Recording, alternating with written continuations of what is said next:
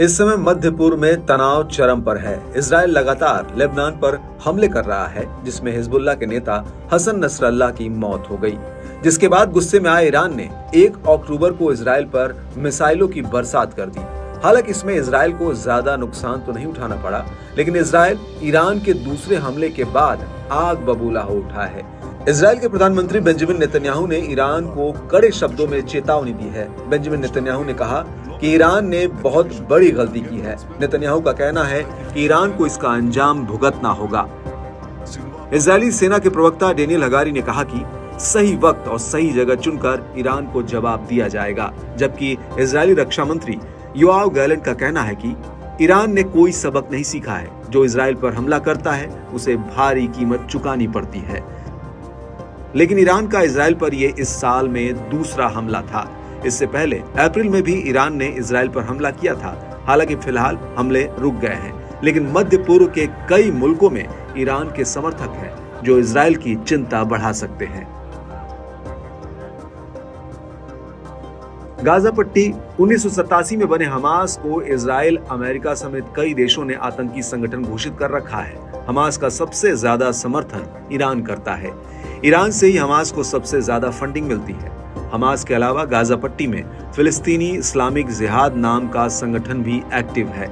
यह हमास के बाद दूसरा सबसे बड़ा संगठन है।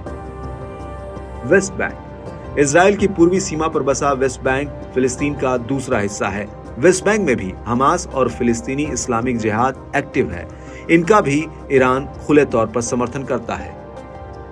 लेबनान, यहाँ पर हिजबुल्लाह एक्टिव है। 1982 में ईरान के रिवॉल्यूशनरी गार्ड्स ने इस संगठन को बनाया था। हिजबुल्लाह को कई देशों ने आतंकी संगठन घोषित कर रखा है।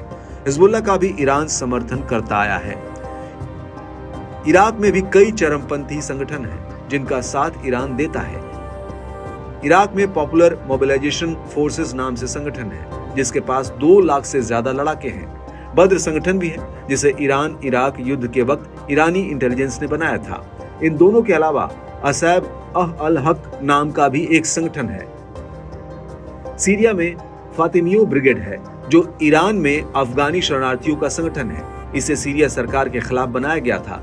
सीरिया में लड़ने के लिए शिया पाकिस्तानियों ने जैनबियो ब्रिगेड नाम से संगठन बनाया था।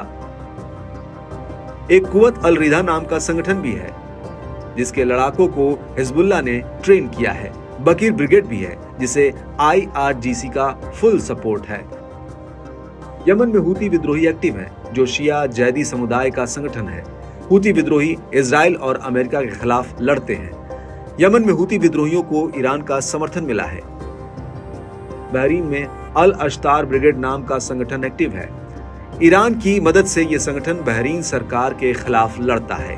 2013 में यह संगठन बना था। अल अश्तार ब्रिगेड को ईरान से न सिर्फ फंडिंग मिलती है, बल्कि हथियार और विस्फोटक भी मिलते हैं। ऐसे में इन देशों के समर्थन के साथ ईरान मजबूती से इजराइल के खिलाफ खड़ा हो सकता है और इजराइल को कड़ी टक्कर दे सकता है।